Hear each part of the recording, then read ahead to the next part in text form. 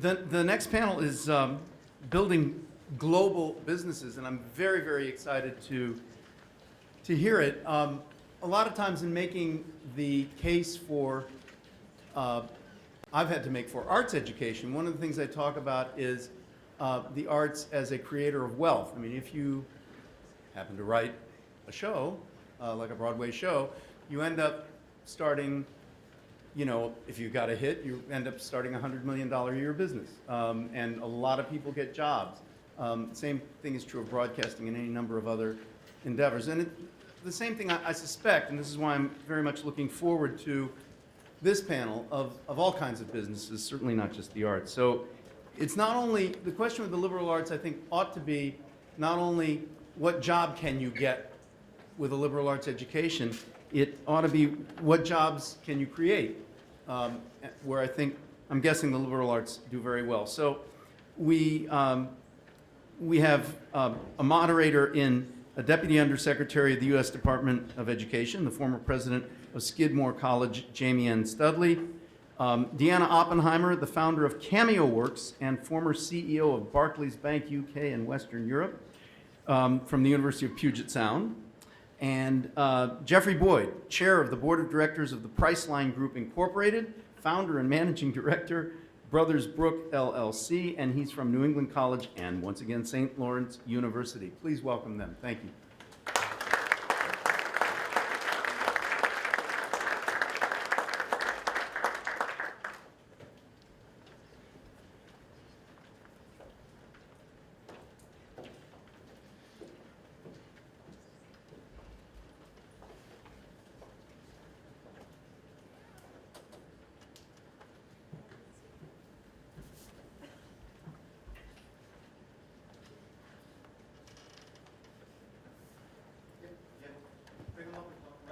Okay, excellent, happy to. I'm Jamie Studley, it's a pleasure to be here. I feel very much at home in this conversation, if you'll still have me. Sometimes business and liberal education are considered counterpoints. It's described as an either or. I think that these two people that you're going to hear from will indicate very powerfully that that is not at all true. We also know that liberal education schools graduate far more people who live their lives as business people under that broad heading than they do as professional poets or cellists or historians.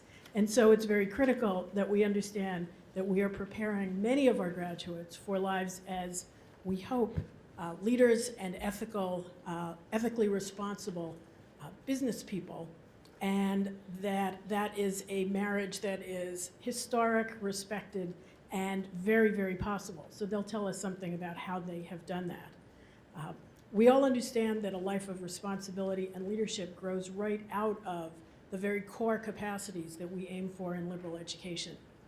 I remember that one of the Skidmore a person I met as a past Skidmore trustee, Harry Quadracci, was both president, founder of Quad Graphics, the largest printer and publisher in the country, and also head of business for social responsibility. And he once said that he found that as people rose in the organization, they could move up as far as middle management with just technical capacities. But once he and they wanted to move beyond middle management, they literally needed to have the perspectives, the learning that we think of as liberal education.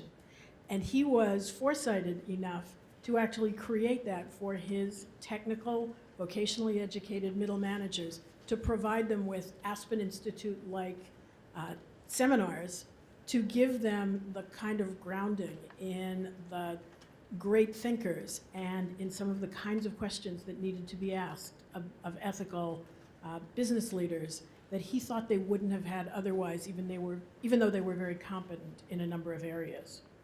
So let's first start by talking to our two guests, two panelists, about how they have seen the relationship of their liberal educations and the work that they have done. And as I think you've seen, we love stories. The more particular you want to be about how you have seen some of that play out. And I'm going to let them introduce themselves. You have their bios But let's hear what's important to, let's start with Deanna first, about how you have experienced that connection in the work that you've done. Thank you. Great. Well, thank you very much. It's a real pleasure and honor to be here, and particularly to be here with Ron and Mary Thomas from Puget Sound. That has been really, from my background, the family university. I met my husband there. We fell in love. We weren't married there, a little later, but we did get married. Both our children swore they would never go there. My husband brilliantly recruited their best friends, who then recruited them to Puget Sound. So I have to say we are 100% liberal arts Puget Sound family here. And if I look at from the early days, family's been a real big motivator for me. And my dad was very, very important in my life. I'm the youngest of 6 children. And I remember when I went to Puget Sound and I selected that university, he was always very supportive. He said, you can go anywhere you want. He said, but, what do you think you're going to study? I said, I don't know. I think that's the great thing about this liberal arts thing. You do religion one day, and then you go in the next hour, you're doing sciences and everything else. He said, okay, that'll be good. I'll be interested to talk to you as you go through. And my freshman class was a biology instructor. I came home and I said, I'm going to be a biologist. He said, really? You never liked science ever before? I said, no, she was inspiring. I'm going to go and do that.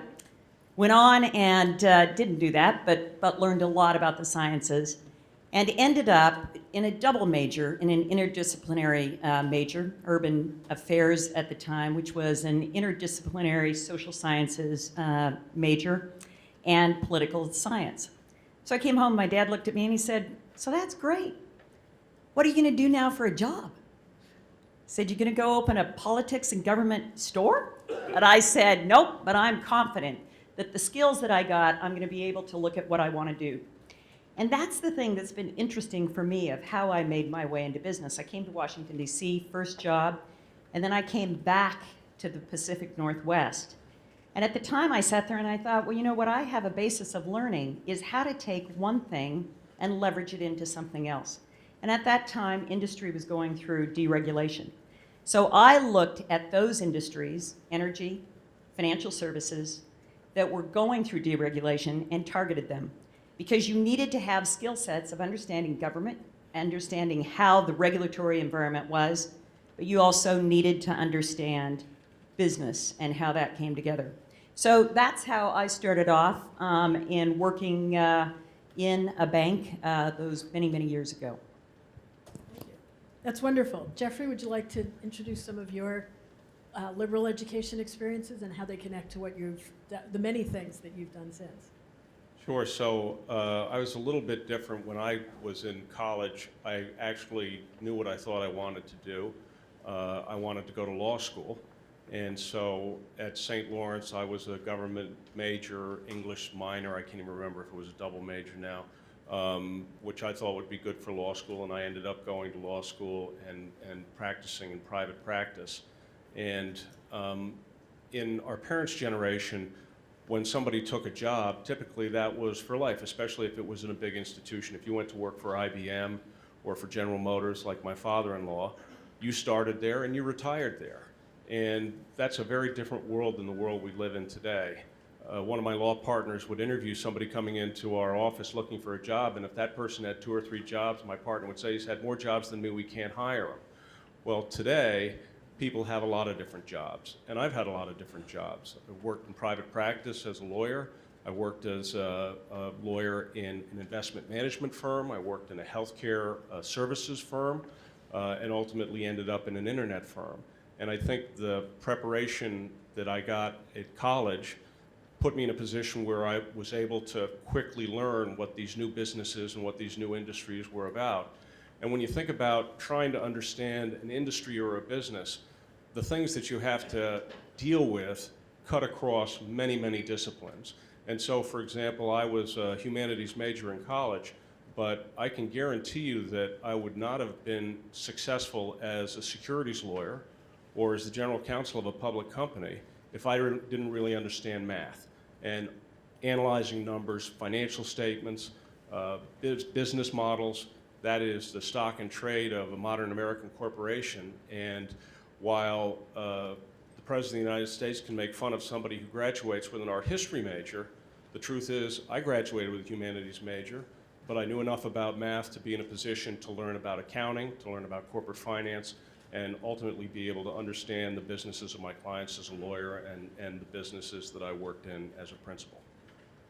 Thank you. You both speak now with a significant understanding of the relationship of your liberal educations and the work that you're doing. Do you think that the newest employees in your organizations, the students in school who are thinking about applying to you or looking at careers in business, understand what those core competencies are that you now understand to value? Do you think they have that same kind of picture of what they're seeking to develop?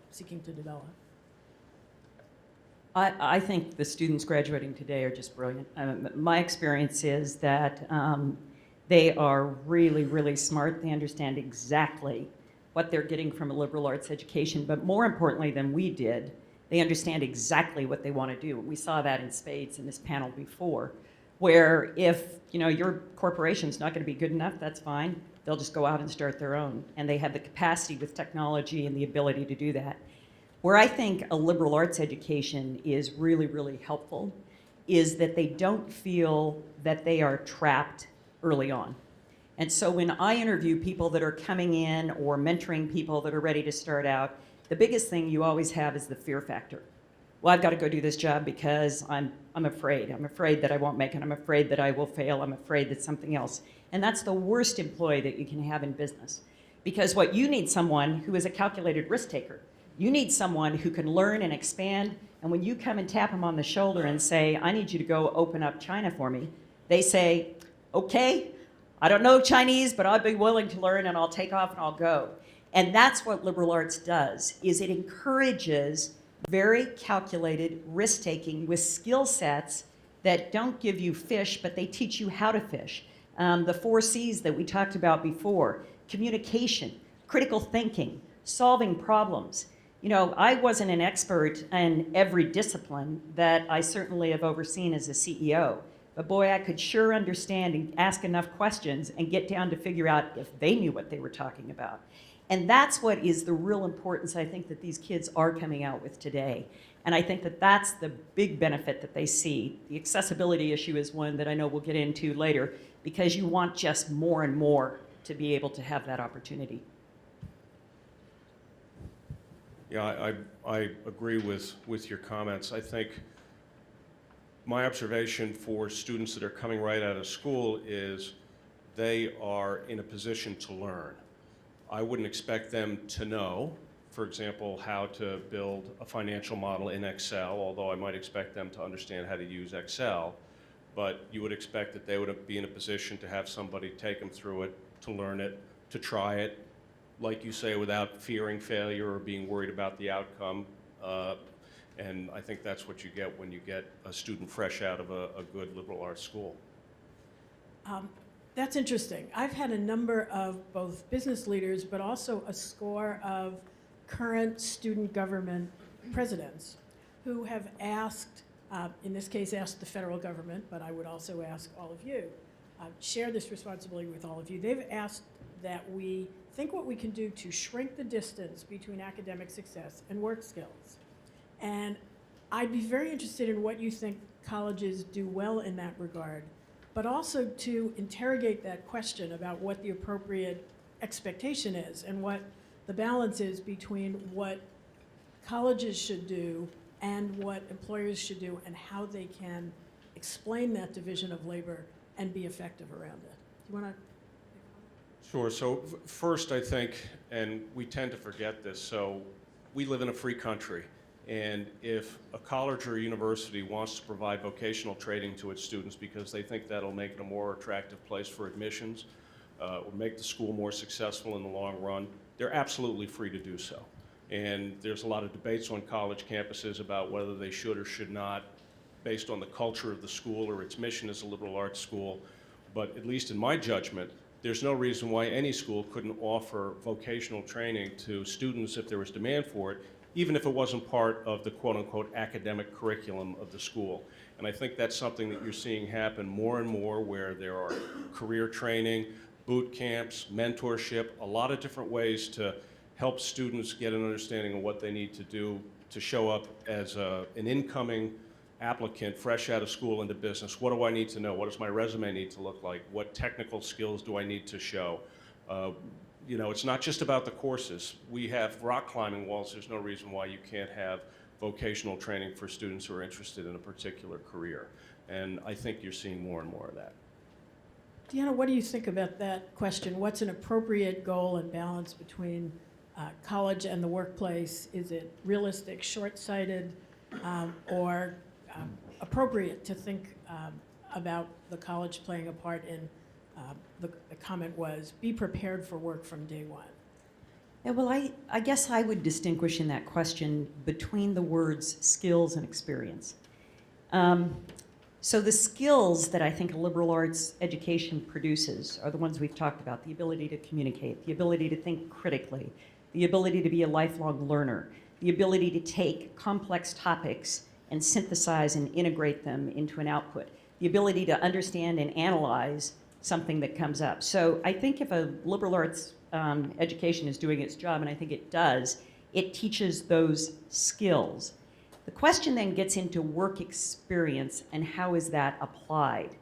And I think that there are two ways you can do that. One is you could augment, again, with some additional classes if you chose to do that. We have at Puget Sound a phenomenal program called the Business Leadership Program that's been in place for decades, and where it does look at some very specific skills-based ability to create financial models and those types of things, but also then gets into the ethics of business and a much more liberal arts, well-rounded way of looking at that. But I think the other way that is saying for these kids this day and age is you really have to augment whatever education you're doing with internships. If you're going to go out and want to be, I'm an advisor for Bain Consulting now as one of the roles that I do for their global financial services business. You think you're going to go get into one of the big consultancies, you have to have some background and work experience. If you think that you're going to go out and get that job after, you have to have something through an internship. I think universities could be, and liberal arts universities, I see it as something that is very active because I think it's a way to connect in your alumni with your students, which they would very much want to do. So again, I think we need to distinguish between skills, which I think learning for a lifetime is a fabulous skill set, but that experience that they need to land that first job often. One of the suggestions that we made to the students was that what they could ask their schools for was to help reflect on those internship and externship and other kinds of employment experiences so that they get as much from them, that they mine those experiences while they're in school and actually understand what they were getting from them, what they want to use them for later. Is that a potential role for alumni? Can you see that working? Have you seen examples of that? Absolutely. There's a great example. Yeah, there's a great example of that again, where they started a young alumni association in Puget Sound because we had a real challenge. We didn't have engaged alumni. You know, it's a young school out there in the Wild West, and we don't have years and decades and centuries of people being very active and an active alumni association. So one of the many great things that Ron and his team did was said, we're going to activate our alumni. And as that started getting legs, they started a young alumni association within the university itself. And these are kids that came through, and you talk to them in a very practical way. And again, they were really practical. You know, they're sophomore, juniors. They said, yep, we're going to go out, and what we're going to do is we're going to have our alumni meetings. We're going to have them in companies with the alumni. And they're going to come and host us, which we'll get some nice drink and food, we think. But we'll also get into Google, Microsoft, Amazon. And that's exactly what they did. The alumni loved it because they loved that connection into the students. The students loved it because they got to see real hand what some of the options were for them going on. So that was a real practical way, and it emanated not only out of the alumni, but out of young alumni even before they were officially alumni graduated. Thanks. Some of the colleges represented here probably have majors in business. They've carved that out and teach that as an undergraduate major and subject. Some others say that's not an appropriate role for us. We know that people will do that, but we don't want to organize our academic structure that way. Do you have any thoughts on the pros and cons of doing that? And if you like it or do it, encourage that it be done, what should an institution, a faculty, have in mind as they do it in a way that fits a liberal arts college? So at St. Lawrence, we have a fairly new business in the liberal arts major, and I think it's a work in process, but there are a couple of things that I feel pretty comfortable saying about it. The first is, at least in our opinion, business is such a large part of modern life, just as a broad subject. And the participation of our graduates in business is so widespread that it seems almost odd that it wouldn't be a subject of study in a liberal arts environment. And I distinguish studying business in a liberal arts environment from vocational training, which we've talked about, because that's really not what it is. If we want graduates of our colleges to be understanding of the questions of values and ethics, and just for instance, I think in the United States, there's a lot of confusion about what masters corporate executives serve. Traditional legal principles say that we serve our shareholders, but I think it's fairly clear that that would be a very narrow-minded view of actually who corporations are supposed to serve. They have their customers, they have employees, they have the communities in which they operate, and for large multinational corporations, a much broader potential constituency for what they need to solve for to have a successful business. And I think liberal arts colleges are uniquely positioned to get students to start to think about the values, the ethics, and what constituents corporations serve. And I don't think that's inconsistent at all with studying government, or studying economics, or studying the environment. And I'm hopeful that that'll be a large and successful major at St. Lawrence, and I think it's a good thing. I saw some of you react with interest to that question, so let me just drop a moderator's footnote to this subject. The Carnegie Foundation for the Advancement of Teaching has done work on business education as and within the liberal arts education format. The authors are William Sullivan, Ann Colby, and Tom Ehrlich, and they were kind enough to say that they got the idea for doing that from conversations we had had about the way Skidmore thought very intentionally about business being a liberal arts subject, not an other, not an outsider to that conversation, but simply a different organizing principle for the same both core capacities and the same kind of ethical, social, governance kinds of issues that Jeffrey was just talking about. Let me shift gears a little bit. Deanna has elected to pass on the previous question. So let me try another angle. Even Google has a campus, a physical campus. Could you talk a little bit about how intentional residential communities where people learn and live together might connect to effectiveness in business and the effectiveness of liberal education in the first place?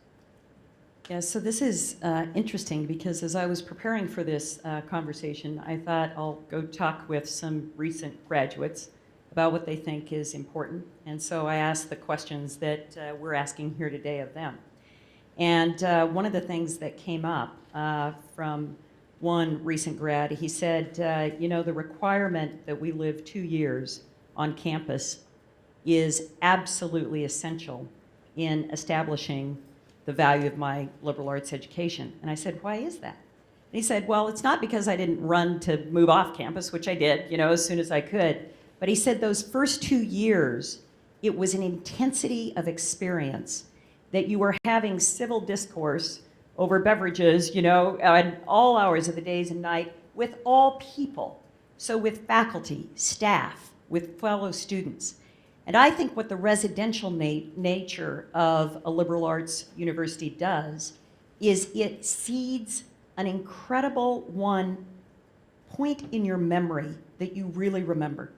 Now, I have decades of my life I have forgotten because I was sleep deprived, taking care of young children in the night, and then traveling on a flight somewhere the next day.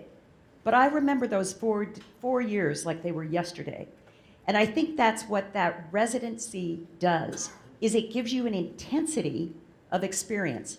That translates then into a quality and not necessarily a quantity of network.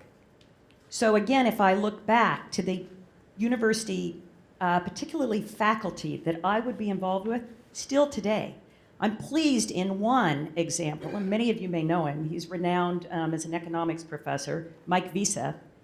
He was my professor. He was a young professor when he was my professor. He was a retiring professor when he was my kid's professor. And he has that same engagement with they don't do anything until they will talk to him about jobs or whatever. So I think that intensity that you get from living together, being together, all together in the whole makeup of it is really important, and those first 2 years are crucial. Jeff, how do you think about that? The residential aspect of liberal education, which is, I'm thinking back to Mr. Adams' comments of Dr. Adams. Obviously, the residential is not required. We can and must educate millions of people in the liberal education understandings who are not participating in residential education. But what is the plus factor? You know, I think it's a part of the whole experience at St. Lawrence and at a lot of other schools that are primarily residential. Beyond the instruction you get in the classroom, the work and the research you do, for most students, they're in a position where they're really on their own for the first time, whether they're coming from living at home or living in a boarding school environment where their day is completely scripted from 8 o'clock in the morning until the time they go to bed at night. What the students first of all have is freedom, and they need to figure out how to allocate their time. They need to make associations with students and with coaches and with faculty. It's really for most of them the first time where they're on their own, and I think that's one of the reasons why a residential experience is so formative for students that experience it, because they really do come out of that experience as a different person. Most students, before they go off to college for the first time, they have to ask their parents for permission to do anything, and when they get back home from freshman year, they're like, I'm going to go out and I'm staying out all night and you can't stop me, because they've been on their own. They've understood that freedom and they've dealt with it in most cases very responsibly. So I think it's a very important additional benefit that the students get that really in many cases is outside of the academic experience. Let me switch gears, and after one or two more questions, we'd love to engage you and take yours as well. Much of the whole genesis of this project is CIC's interest in helping the nation understand better what the meaning and value is of liberal education. And we are all attempting to do that through a combination of facts and metrics, and also ways to capture the intangible and qualitative elements of this very special and important kind of learning. I wonder if you have any suggestions for CIC, its compatriots in the Annapolis group, all of the individual institutions that are trying to help the public understand how to interpret, value, and compare this kind of education as delivered by different institutions, and also to put it at the center of their thinking when they think about what education for a long-term life of, to quote our AAC and you friends again, a life of unscripted challenges. You've both worked in roles that involve both quality judgments and intangibles, as well as metrics. What would smart things be to do? And I know that the folks in the front row are especially interested in your advice. Well, in the spirit of anecdotal and stories, there was a great article that I read a couple of months ago, and maybe you all were responsible for getting it planted, but Time Magazine, here's 10 CEOs why you should feel really good that your liberal arts education was not a waste. And the interesting thing is certainly not every CEO has a liberal arts degree, but there is a disproportionate share of the ones that invent industries, that turn around industries, that really move things on, that have a liberal arts background. So what was interesting about that article to me is the 10 that they highlighted were from varying generations. So there was Howard Schultz in my hometown of Seattle, created the whole third space of Starbucks. There was Michael Eisner, created Disney to the next level of entertainment. But there was also, again, Steve Ells, one of my favorite places, Chipotle, that took fast food to a health and new level of really interesting variations on that theme. And then again, Alexa Hirschfeld, who is one of the founders of Paperless Post, that made it so now my children will never write a thank you note on real paper. But I think that there is, you have to turn the discussion to not get caught in the traps of where your metrics aren't that great. Okay, an engineer any day of the week is going to go out and get hired by Amazon at more money than somebody coming out that's going to be starting a career in entry levels, working in business or in the arts or the humanities or any place else. But that's not what quantifies the value of an education overall.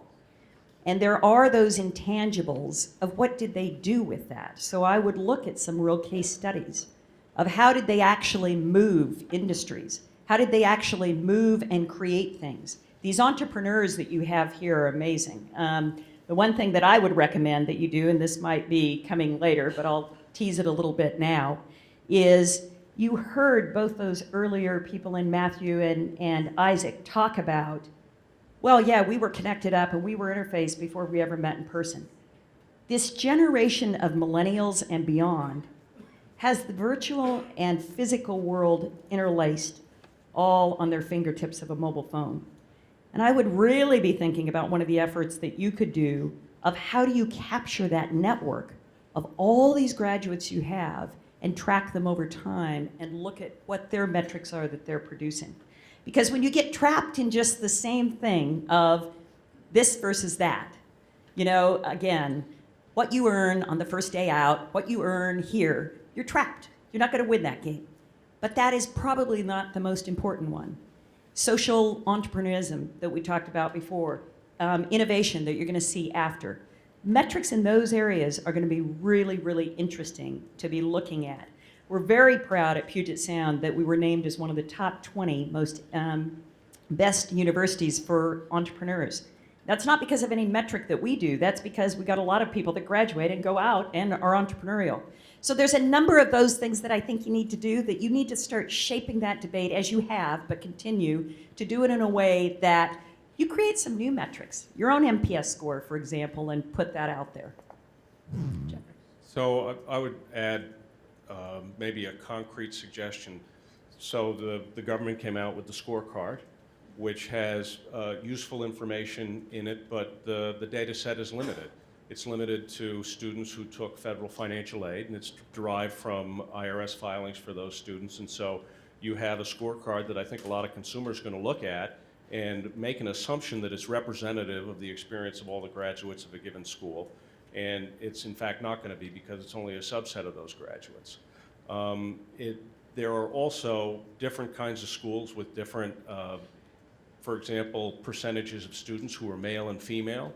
The different schools, some who send students to teaching, some who send students to be engineers, and as Deanna was saying, this is 10 years out, which is better than day one in my opinion, but it's still not really representative of the long-term value of the education. So what can we do about it? And the answer is in the data. And the places where the data resides, unfortunately, we're not, I don't think, going to get it in the near term from the IRS, because they only have access to students who have financial aid. But there is a tool out there that people are using more and more. It's called LinkedIn. And what LinkedIn does is it keeps track of the profiles of its users from the time they sign on until the time they sign off. And it's by far and away the most widely used job-seeking website. And the data they have is very, very impressive. And that data is broken out by university, because your educational career is one of the things that you enter, and it has user groups for each school. And I think that over time, the data in LinkedIn actually will be more fulsome and potentially more helpful in this regard than the data that we're relying on today. And I think colleges should absolutely encourage their students to use LinkedIn because it'll help them get a job, but also because it will help develop very important data about how well their graduates are doing in the marketplace. And today, LinkedIn is much more focused on using that information to help people get jobs than it is about helping them to decide where to go to college. But I think over time, because the value of that data is so high, that may change, and you may see them doing something proactive to get that information out into the marketplace. So there's one concrete suggestion. This would be a great time for us to switch over to what you would like to talk about and ask these folks. I see a very quick hand right in the back. Thank you.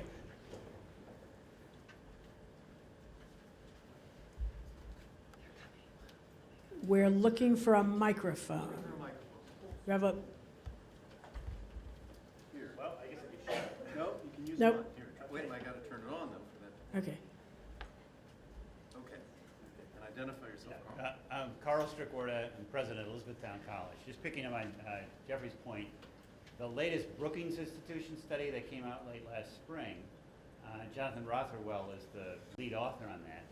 And he and his team look exactly at what you mentioned. They use LinkedIn data and they group it by colleges and universities to actually get a sort of value added.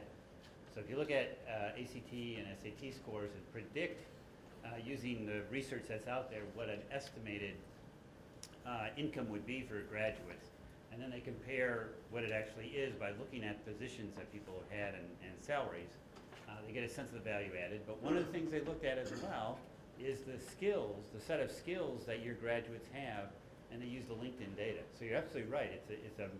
And we all should begin to use that as a really powerful tool to see how our alumni are doing, and then at the same time try to think about how we could add to those skills that they have. Thank you. Other questions? Yes. Chat, we need a mic right here. Thank you. Claude Presnell with the Tennessee Independent Colleges and Universities. You both come from more of a service background and in terms of your businesses. And in Tennessee, the focus really is on manufacturing. And so what I'm curious about is, do you think your CEO colleagues and counterparts in the manufacturing side would have a similar conversation, or how would this conversation differ with them? Well, of the CEOs that I would know that would come out of pretty big scale, Boeing, Ford would be another example of that, liberal arts backgrounds. So I think the difference would be, and I think that this is a difference from when I feel that I was getting my education to today, is advanced education would be pretty crucial. But I think a lot of big corporations, that's still the advantage of working for a big corporation, is for their talent that they're bringing along, they're going to ensure that they are getting not only specific technical knowledge, as we talked about before, but they're going to ensure that they're getting leadership training. And if they believe that they're going to go up for that C-suite, they're going to make sure that they will fund them for MBAs or whatever the advanced degrees that they need, provided there will be a hook to keep them on retention. Because this is going to be one of the major challenges for corporations. These young people that are coming through here, they would have all been going and working for banks or working for big manufacturers or something else.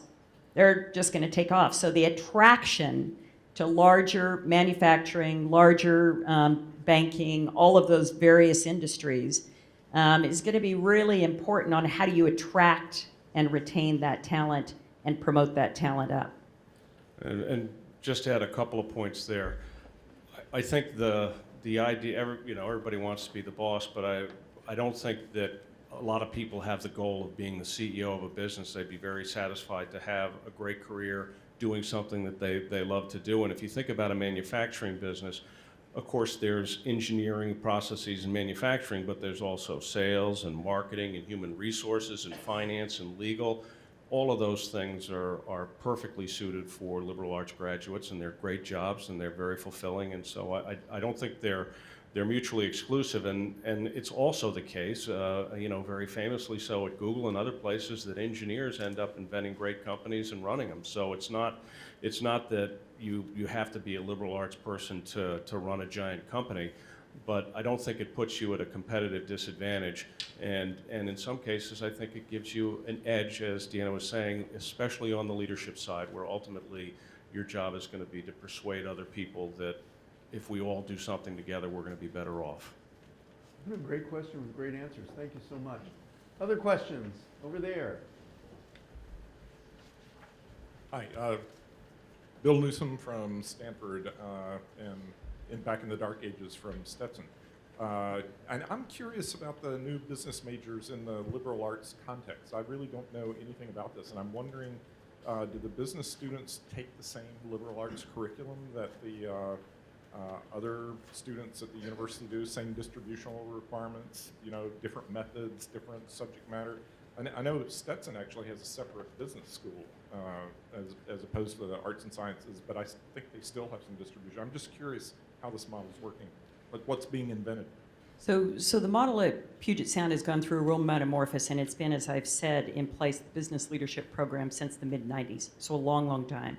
And there was a separate business school, but over time, that business school was not able to be supported financially. So it was a very challenging decision that we, the trustees, had to take, but it was that we are going to really be a liberal arts university. However, we saw that what happened when you added a liberal arts training to a business course, it worked out very well, and through time developed this business leadership program. What happens is they start out with the same core curriculum that anybody else does.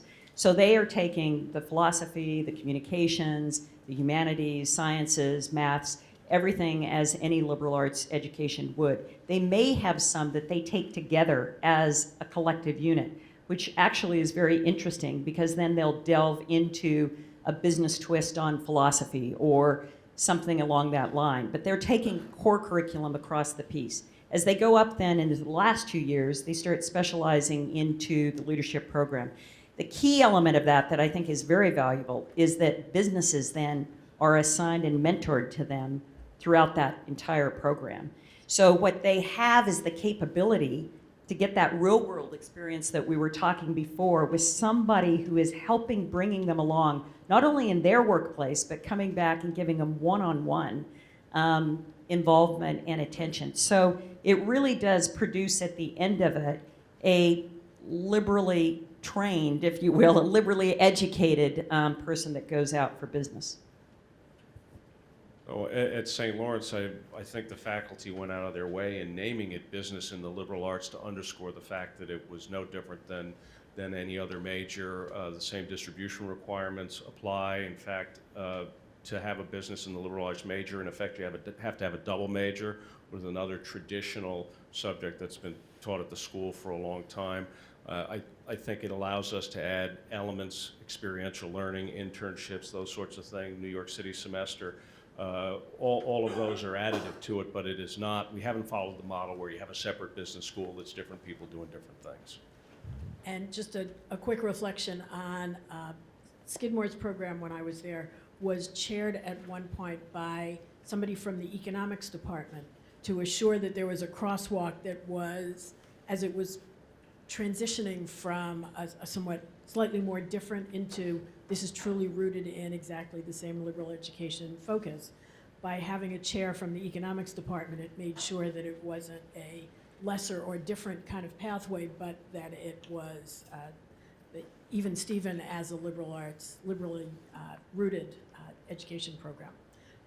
But it is something that's fairly hotly debated as schools think about whether to keep them or whether to add them. Yeah. Are there other questions? Yeah, right here. Hi, I'm Karen Gruitt, trustee emeritus St. Lawrence. I'm curious to know what we might be able to do to help students who will soon be in the professional world better balance their lives. And I think looking around the room, I see that most people here probably have adult children.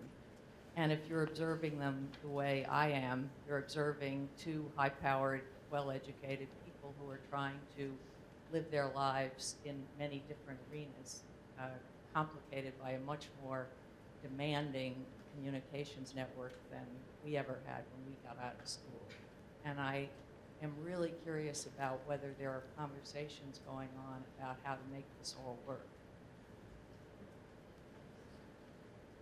Well, I think that sounds quite stupid to say, but kids are different today. And my children have a completely different approach to life than the one I had. And I think they are insisting on a more well-rounded experience, a more purposeful experience. I think the two young men that we saw before this are just a great example of a generation that is thinking very deeply about what they want to do and how they live their lives, and not necessarily tethered to the old notions of how you deal with employment. And my oldest works at a New York investment bank that used to be one of my clients when I was a lawyer as a young man. And the experience he has there bears no relationship to the experience my clients had at his age when I was a kid. So they just take a little bit of a different approach to it, which I think is very much for the good.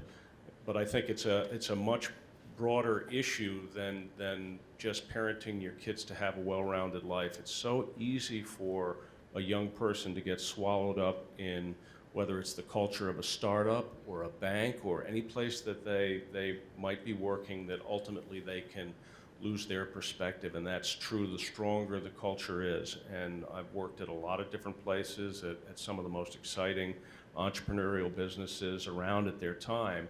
And it's really important for young people to have the compass that puts what they're doing in perspective and allows them to think about the world outside of what they're doing, which is ultimately the primary goal of what we're trying to do at a liberal arts school, is to let people understand that the world is large and their experience is quite narrow, and that they need to go out and be much more broad. And that's just as true in employment as it is in schools. I think that in terms of what businesses are doing, so if I look at, I lived in London for the last 7 years of my executive career, and now I spend about a third of my time on UK and continental European boards. So I get that perspective of what's happening.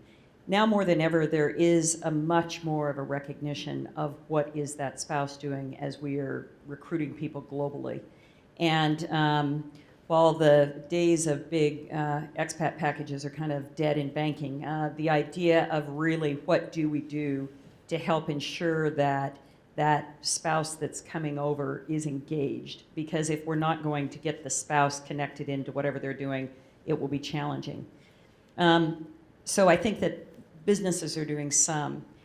I have to say, it goes back to, I think, this idea between the millennials and the baby boomers. There is so much to be learned and shared and gained by both, that what I do now is, what Cameo Works is I work with CEOs that are between kind of their A and C level funding, and it's just in what I'll call really active problem solving when they're getting real problems. And so, you know, I have a CEO that, again, he's past his angel funding, he's into his A round of funding, B round of funding, he's gone to that, his wife just had a baby, you know, he's all the time on the startups. And that ability to sit down and just help them dissect and work through and problem solve and balance that becomes really crucial. So this idea of whatever you want to call it, sponsorship, mentoring, you know, there's buzzwords on everything, but I'm talking about when you sit down with people and help them in that generation come along with it, I think is very, very important. So those would be two key things. I think one, businesses have got to be savvy, and they are being savvy, because they won't get the right talent if they don't do that, on when they're particularly moving people globally and trying to attract that and helping that along. But two is this idea of mentoring every way, up, down, reverse, in, out, around the fence is really, really important. It'd be fascinating to have a whole other conference on the role of colleges in helping people think about those and shaping their own views, and then helping shape the world beyond. think do we have time We for do. one We more? have- We do have time for one more question. And we have somebody right there. Please let us know who you are. Hi, Roger Casey at McDaniel College here in Maryland. I think you and other panelists have rightly pointed out the kind of disproportional representation of liberal arts graduates in the CEO role, but often a problem occurs for our graduates with individuals in the HR departments and organizations who really don't see a major or particular kind of training as appropriate, particularly in larger corporations. Do you have any thoughts about the role of the liberal arts in training HR professions? Or training students to articulate their skills and capacities. But the question as asked was HR. Would you like to start, Tina? I'll say it in a couple of ways. I think that, one, it's really incumbent on the student, and the university could be very helpful here.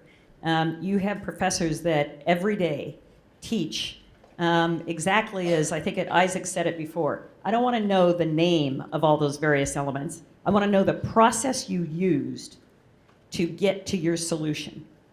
Well, we need to very much more help students along with understanding the process that they are going to use to get their first job. And we need to not do that in June of their graduation. We need to start that way back from the time that they've come in. And not, I'm talking about in vocational or in whatever is appropriate, but it's really starting to think through how are you thinking about life after university? What is this looking for? Not a big pressure thing, but have you thought about what are you exploring? What are you looking at? Because that's when internships start. And internships start coming along. And that's the one clear delineator that people will look and say, yep, they had 3 internships. There's a track record here. There's something else that's coming out on that side of it.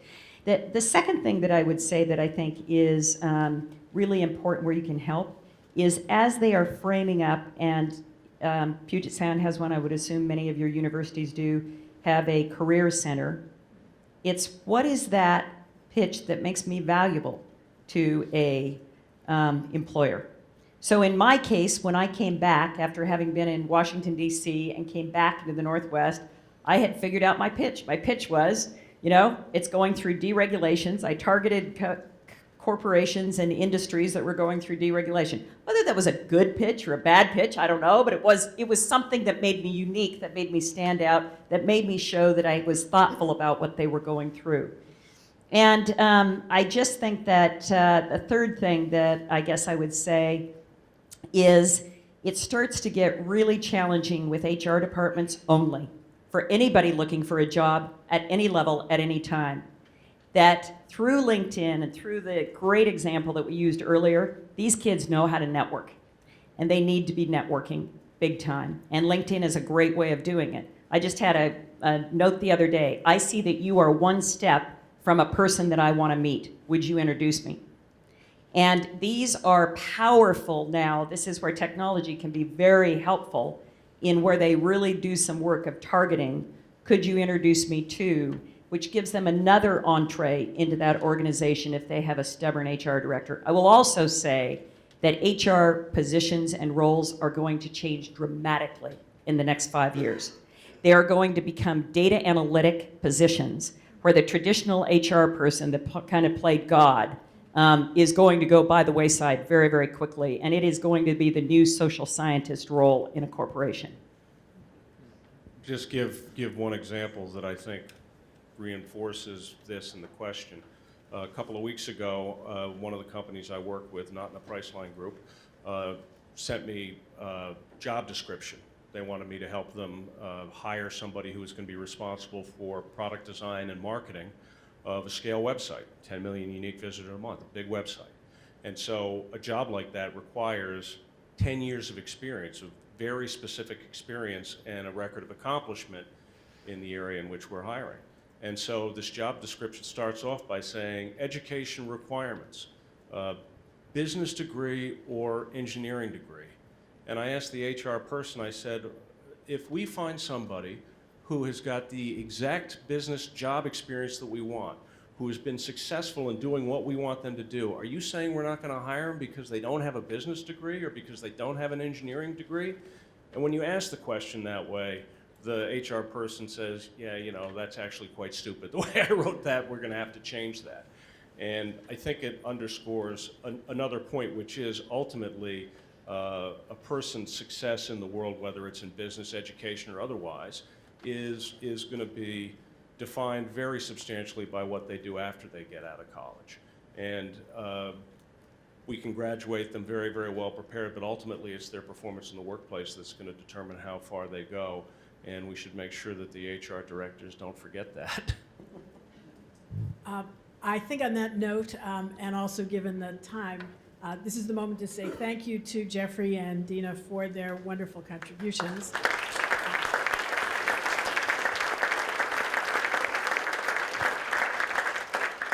I would also like to thank the organizers, and especially Richard and Georgia, for putting this together and for the years of work leading up to this. What you're trying to do to better inform the conversation and make people aware of these values is tremendously important and very much appreciated. It's a necessary counterpoint to the other kinds of ways that we are trying to, all of us, expand the understanding of the value and values of post-secondary education, and to, as we do all the things that you're describing, make sure that it is, and I'm channeling here for the young man on the previous panel, that we think about access and opportunity, and that when we link people in, we link in our entire population and make sure that the opportunities for college are very broadly shared, and that the opportunities for success afterward are as well. So thank you, and thank you for having me, and thank you for this focus on this panel. Appreciate it. Thank you, James Douglas.